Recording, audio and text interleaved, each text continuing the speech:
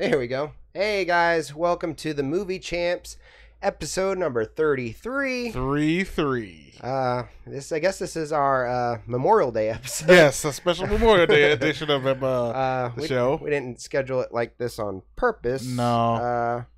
Work gets in the way.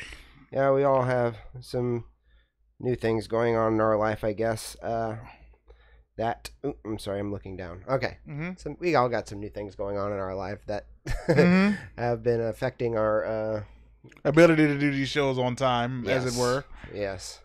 Well, you notice right now we got a new background. Yes. Cool movie posters. So we no longer have our Oscar movie night decorations. Yeah, from now way back from what, March? Yes, from March.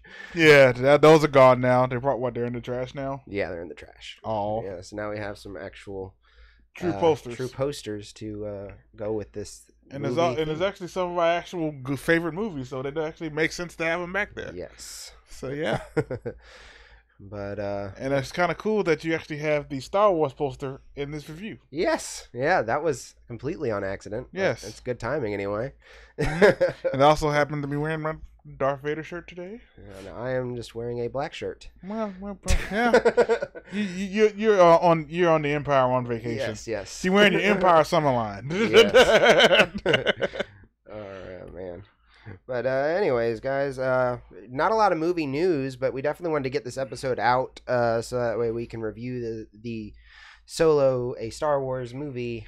Mm-hmm. We wanted to make sure that we can, our Star Wars story, movie.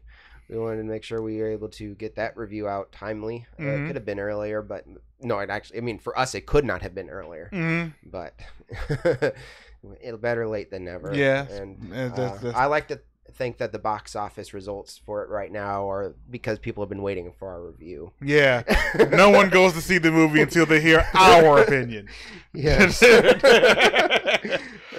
I can't wait to hear what they got to say about this movie, and I ain't moving a muscle till I do. Night Hippie says hello, guys. Hello, everybody. Hello, Night Hippie. But yeah, it feels like a while. Just because of the fact of our schedules are so unpredictable right now. Yeah. We're gonna try to still keep this a weekly thing. Yes. So it just might be a little bit more sporadic than our Friday, show. Saturday. Yeah. If you see us pop up randomly during the week, that's why. Yeah. Like today. Yeah. So that's an update for what's going on right now. That's the thing that's happening right now. Yeah, but even if it's just to review movies, or if we'd have to do it over the internet, Skype or something, we're going to try to keep this as weekly as possible. Very much so. This is fun. Yeah, and we'll have a new podcast episode up sometime soon too. Yes. That one we're working out a new format for it that should be make it a little bit more interesting and not so revealing and personal. Yeah. I told him the reason why I said we're gonna run out of interesting stories. Yeah. Very soon. So, we're gonna be up here making up crap now. Yeah. So we gotta hold back a bit and try to find a way to make keep the show interesting without giving away all of our secrets. There are some things we don't want to tell. Yeah. And there are some things we may not be able to tell. Yeah. So it'll still be funny and personal in a way. Yeah, in a way. We don't want to give away all of our stories at the beginning of this channel. No, save it for later. Save it for later. Save them for a rainy day. Yeah. So, anyways, guys, since some of them in the comment section that live in the area, it's raining now. Yeah. Anyways, we're going to go ahead and move on to our first topic, which is a movie trailer review for Christopher Robin. Let's see here. Christopher Robin, the little boy from the Winnie the Pooh stories, is now all grown up and has lost all sense of imagination. Pooh and his friends from the 100-Acre Wood re-enter Christopher's life to help him find it again. Christopher Robin is scheduled to be released in theaters August 3rd, 2018. All right, so I watched this trailer earlier this week, and you just watched it before this episode. Mm-hmm. Your thoughts? Yeah. Can I have it now, please? Yeah. I want it now. You compared it to Paddington. I did. Which you love. I know we've rated both movies 10 out of 10. Yes, we did. We both did. Yes, we both rated it 10 out of 10. Mm-hmm. And I never really cared for the Paddington trailers, but this trailer got me for some reason. Actually, it's actually quite the opposite for me. Really? The trailers actually made me enjoy Paddington, pulled me in. I'm like, this is actually entertaining. Right. So I was like, I wanted to see this, and I saw it and was not disappointed. Okay. I wasn't so into the first Paddington trailer. I thought it looked neat, but I didn't think it was a movie for me. I thought it was for kids till I watched it and I saw it's for everybody. Yeah. And yeah. This one just, I don't know, it hit me right in the heart. I loved it. Oh yeah. It's just like the plot of the movie. It made you refine your childhood in a way. It's like, yes. Like as soon as you hear "oh bother," you're like, yeah. "That's Winnie the Pooh." Yes, yeah. You just want to pick him up, and the fact that they actually drew him to make him look like a teddy bear instead of to actually try to recreate or make it a cartoony or CGI. Or just add the cartoons over top of live film. But actually make him like a tactile teddy bear.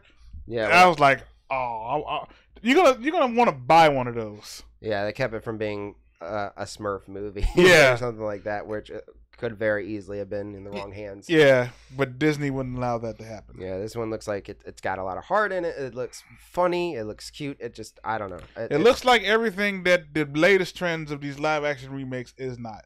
Yes, a lot of these live action Disney remakes they've been doing just feel like a checklist. Right. Well, Beauty and the Beast example is the prime example of that. Well, we gotta have the Be Our Guest number. Mm. We gotta have a lot of the. It's just like, how do we recreate key moments from the animated movies? Right. Without actually doing anything different. Mm-hmm. How do we just remake this movie live action? I'm curious how the score is gonna go for the movie itself. We didn't get really a sense of that so much. This was more like a generic folk pop song that was playing in the background. Mm-hmm. It wasn't trying to recreate the Winnie the Pooh theme song or anything. I'm curious about how that part's going to go because they really did put a lot of work into the soundtrack for some previous animated ones that were recently released, with like Zooey Deschanel doing the whole soundtrack for the movie. So I'm curious how they're going to go about doing it with this one. And they may want to hold that a little bit for the actual movie when it come out, which is Disney is good at doing. They're actually like good at putting a trailer together that gives you what you want, but doesn't tell you everything. The first thing that pops up in my mind is what they did with the Jungle Book soundtrack. How they recreated the theme for the Jungle Book or the bare necessities. Mm-hmm.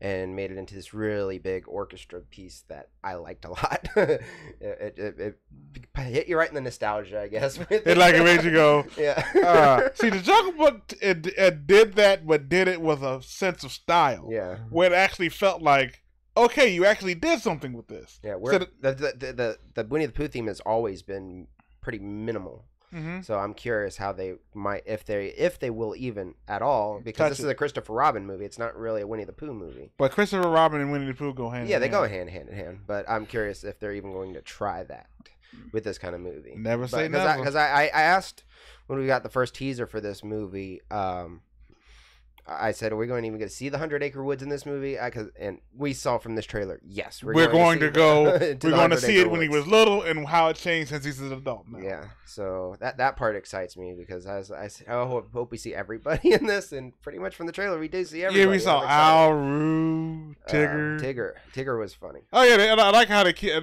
also like how, for the most part, they kept all their voice actors they can get their hands on. Yeah. And so when Brad Garrett, I think, is the only one that he's played Eeyore before, but he's not the original voice of Eeyore. But they're bringing him in for this one, obviously, because he's the new Eeyore. Yeah, voice. He's like Eeyore now. Yeah. So for all intents and purposes, he's Eeyore now. Yeah, kind of like how Jim Varney was the original Slinky Dog in Toy Story, but since he's sadly gone now, they got his best friend to play him. Yeah. So this trailer has got me excited. This is 2 thumbs up for this trailer, and I can't wait for it. Same here. Never thought I'd be excited for Winnie the Pooh movie because I was not excited for the redone animated ones. I wasn't really excited to see those, and for I heard that actually the most recent, the one that's called the Winnie the Pooh movie. Yeah, that one was all right. That was the one that they had Zoe Deschanel do the soundtrack for. I watched that with my niece not too long ago. I mean, it's a decent movie. It feels like the old Winnie the Pooh movies, but it doesn't get you feeling any sort of way about it though. Where this one does for some reason. It feels like it's been forever since you've seen Winnie the Pooh when it really hasn't. Well, man, to me it has. I don't because I don't watch a younger child like you do. Yeah, I got a lot of nieces and nephews that I watch Winnie the Pooh with. so it's like, oh, this is cool. So for me, it's like Winnie the Pooh. I ain't seen you in a long time. Yeah. So it's different feelings because you've been around it longer than I have. Yeah. So when to me, I was Christopher Robin when he popped up on the park bench. Like, he's here. An old friend. Yeah, an old friend turned back up again. Yeah. But yeah, excited for it. Looks great. Looks funny. I like even all the one-liners from Winnie the Pooh. Mm-hmm. There's gonna be. Some of that already feels like there were Pinterest quotes. Oh yeah, you're gonna see memes. Just like the "I don't feel so good." Yeah. You're gonna see memes come out of this movie too. Yeah. My favorite one was the one people say doing nothing is impossible, but I do nothing all the time. Yeah, doing nothing is what I do best. Yeah. So that's gonna be one. Yeah. So you don't do anything. There's gonna be the screenshot. Doing nothing is what I do best. Yeah. Yeah, I love that quote. Yes. All right. Well, anyways, we're going to move on to another trailer, keeping with this animal theme so far. Yeah, talking animal theme. Yeah. And that is Mowgli. Human child Mowgli is raised by a wolf pack in the jungles of India. As he learns the often harsh rules of the jungle, under the tutelage of a bear named Baloo and a panther named Bagheera, Mowgli becomes accepted by the animals of the jungle as one of their own. But the fearsome tiger, Shere Khan, doesn't take a liking to him. But there may be greater dangers lurking in the jungle as Mowgli comes face to face with his human origins. Mowgli is scheduled to be released in theaters on October 19th, 2018. Oh. Okay, so the Mowgli trailer. We knew about this movie coming out. It was originally called The Jungle Book Origins, and then they changed it because they don't want to seem...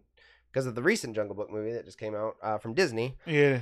They don't want to confuse audience members into thinking that this is like a sequel or anything. Yeah, but a lot of people didn't know that they were both in production at the exact same time. This one has just been pushed back for... They wanted to get the technology a little bit better. I guess they say they wanted to get it better than the Jungle Book one was. And they also just wanted to have some time. They wanted some space between the two movies. Which I didn't care. I didn't care if it came out in the same year. I was cool with another Jungle Book movie, especially one being directed and produced by Andy Serkis. Oh, yes. So I wanted anything Andy Serkis was involved with, I'm down with. I don't. Yeah, like I heard, it's like Andy Serkis is involved. Well, one please. I was more excited for this than Jon Favreau, but even though Jon Favreau did a good job, he did a great job with the Disney Jungle Book, and I'm looking forward to his sequel. But this one's supposed to be a darker one. This one's a PG-13 Jungle Book movie. I think this one closer to the book. Yeah, that's what I'm saying. I was going to say that. So I can't wait. Yeah, this one looks more cinematic than Disney's did. So from that aspect, that just the cinematics of this one, the cinematography, it does look better, but does that necessarily mean it's going to play out better? No, it doesn't. Yeah. But it's got a lot of talent involved. You got Christian Bale. I don't know who else is in here. Christian Bale is the first one. I think. What's the actress that gets a lot of Oscars? I forget her name. She's in here too. She's a British actress. Cate Blanchett. I think she's in here. Okay. I think she's playing the snake. Okay. She's playing Ka. Ka. Yeah, Ka. So, yeah, it's got a lot of voice talent in here. I'm glad I at least was able to name two of them. Andy Serkis. He's in here. Oh, he's playing Baloo, I believe. Well, because of course he is. Yes. It's his movie. I'm a mocap somebody. Now, as far as what we saw in this trailer, and Zach, who has got a good eye for this kind of stuff for some reason, he says that the CGI doesn't look better than Jon Favreau's Jungle Book for some parts of it. He thinks it looks a little bit animated, and I think I agree with him. Well, you got to factor in that this is just the trailer. Yeah. So the animation may not be done yet. Oh yeah. I imagine that they're probably gonna keep they put it together to make it look good for a trailer, which is gonna be mostly seen on screens like these. Oh yeah. But when they finish the movie, it's gonna look better. But I'll say this: The Jungle Book Disney does not. It works so much better on the big screen than it does on the TV.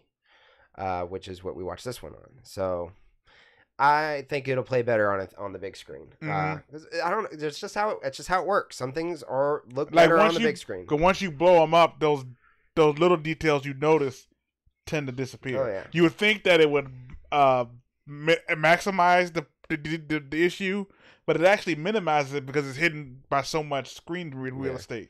Yeah, movies are made for the big screen. That's just how it's always going to be, and they're not really made for home viewing that way. So this one will probably look way better on the big screen, which I'm fine with. That's where I want to go see these movies. Oh my goodness. Yeah, just keep it going.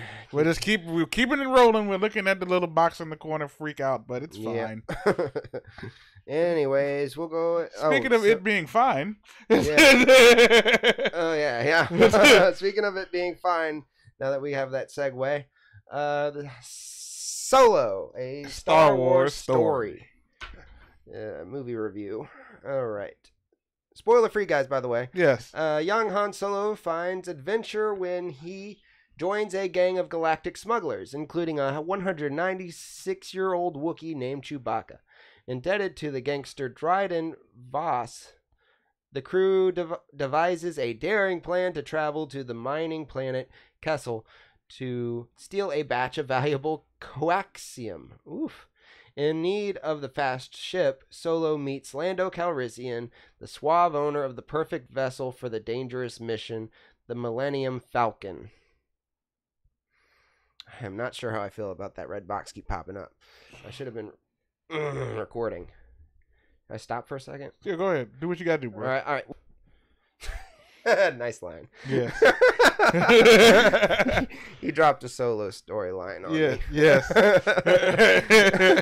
It's kind of fitting that we're having these problems as we're talking about this, because a lot of the stuff he said in the movie was just pretty much, we'll be fine. Yeah. It's gonna be okay. Let me try this without the preview window and see if we can stream any better. I don't know. Yeah, let's see what happens. All right, guys. But anyways, so we just read you the plot summary, I believe, as long as that came through. But we'll go ahead and start the review here. Yes. What'd you think of it? I felt like I saw a good movie, but I didn't see anything on the level of like Infinity War or even The Last Jedi. Yeah. This didn't feel like, I mean, it wasn't supposed to anyway. It didn't feel like the episode movies. Even going into it, I didn't get the butterflies in my stomach that I'm about to see something spectacular. Yeah.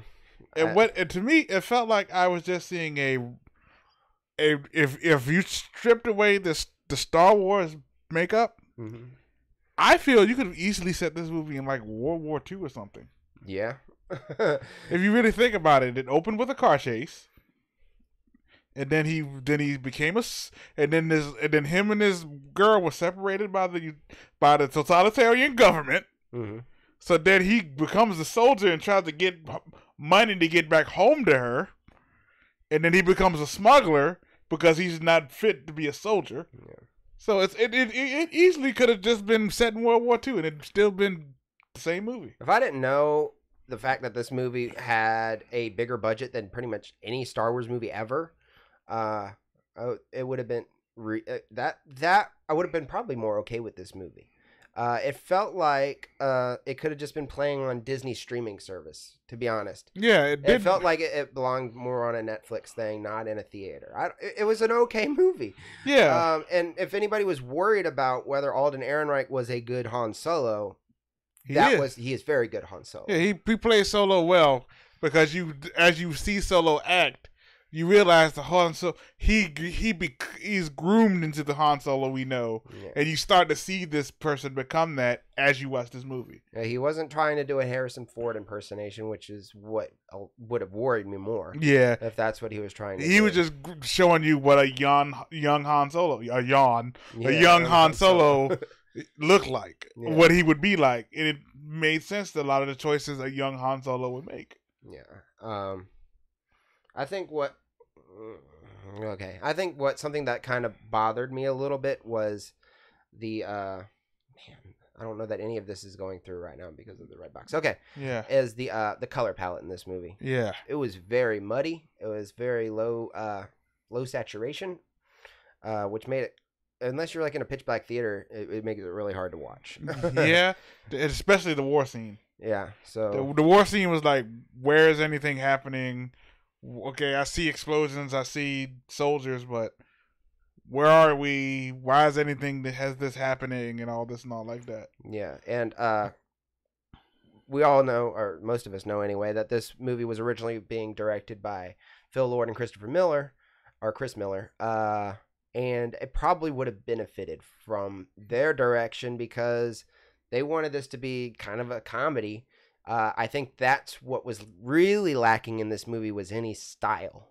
Yeah, it didn't have a sense of style. It was a very traditional movie, even though it was set in the Star Wars universe.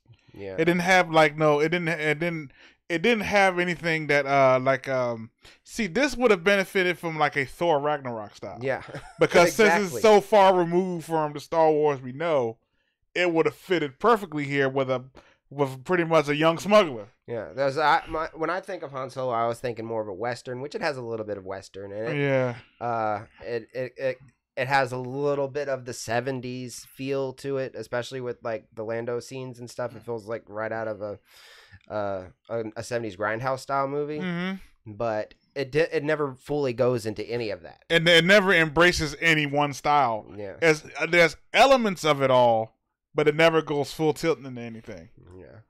So, but that's not to say that this is a bad movie. Like I said, it was an enjoyable movie. It just doesn't feel like a Star Wars movie should feel like. I didn't get it. I didn't feel like a sense of wonder as I watched this, or maybe partially because we knew maybe we didn't feel that way because we knew at the end of the day he was going to be all right. Yeah, we knew where most of it was going to go anyway. Yeah, like as far as him, so that there's no low stakes there for him anyway. Yeah, we know he doesn't get hurt here. Yeah, or we know nothing happens to him here because he doesn't have these problems. He doesn't have anything related to these issues in later movies.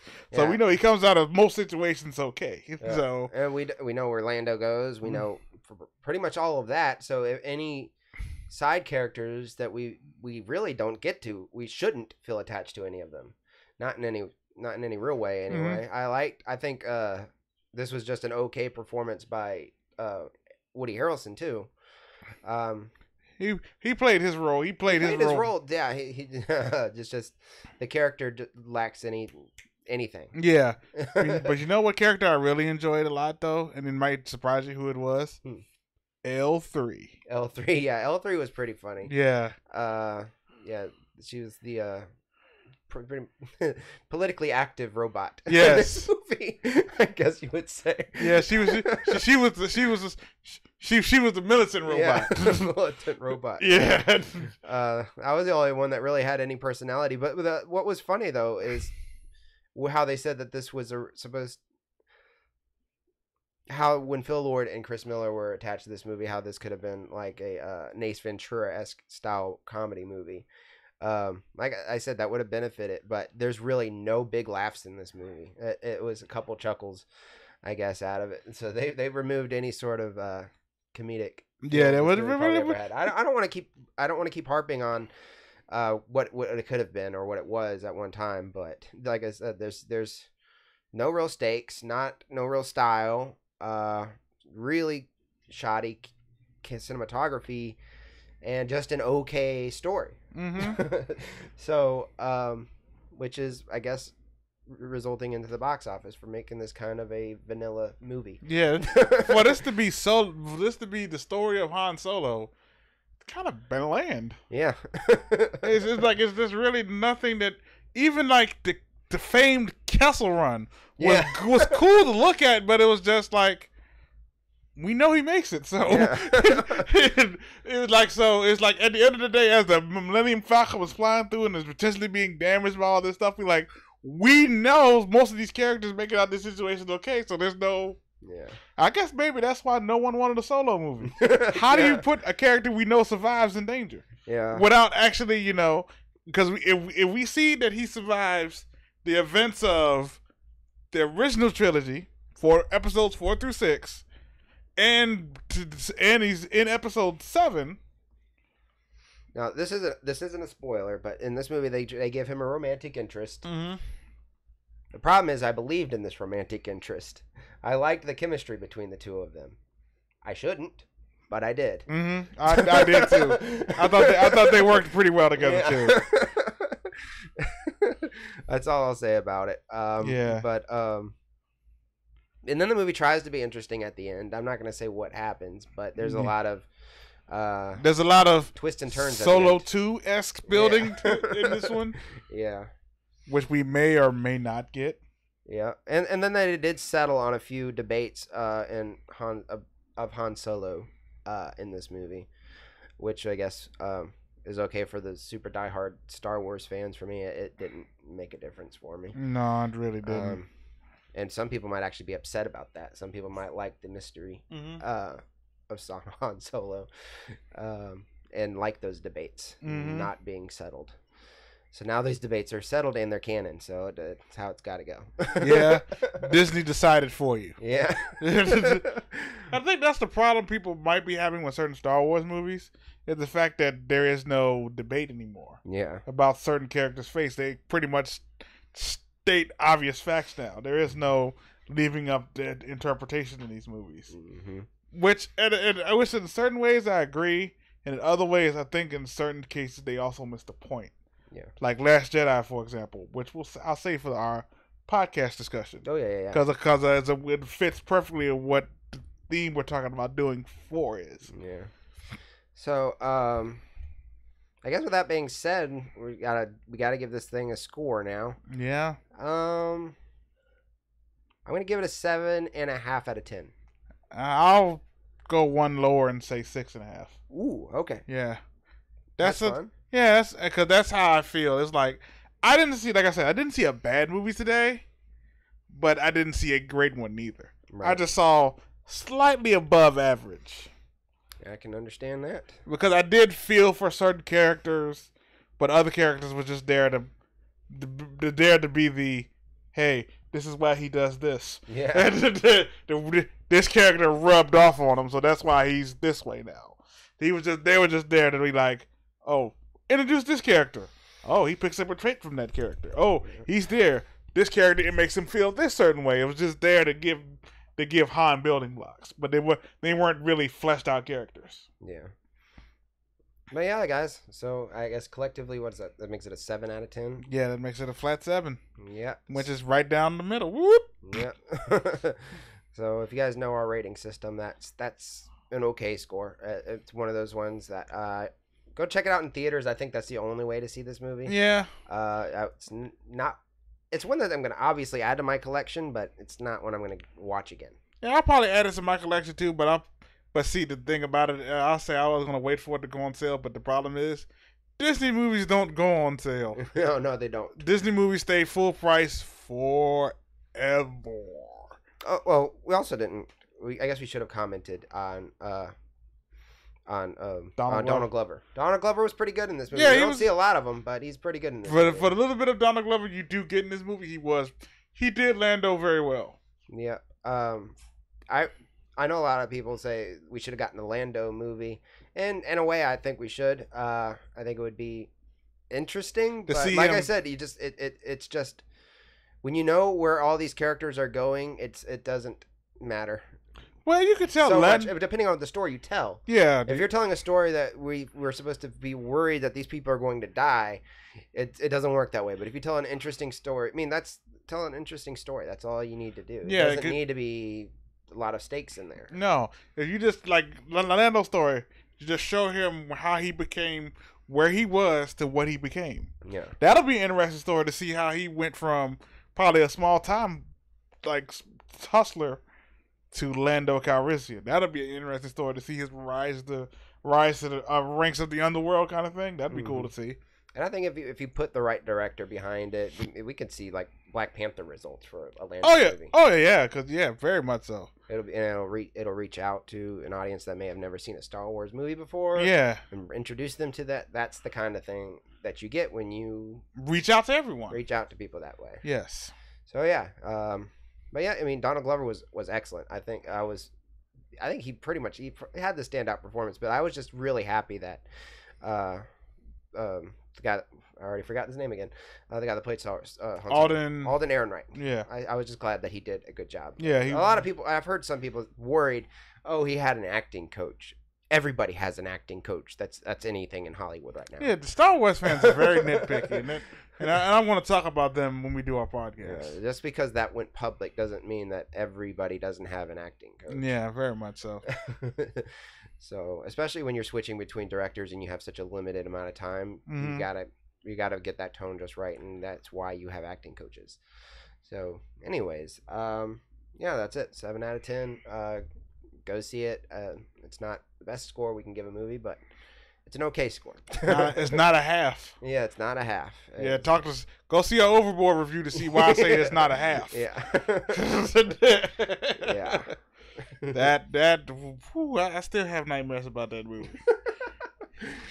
All right, guys. Have you seen Han Solo? If so, let us know what you thought about it. Remember, this is a spoiler-free review, so don't put any spoilers in the comments if you none. If you can not do that.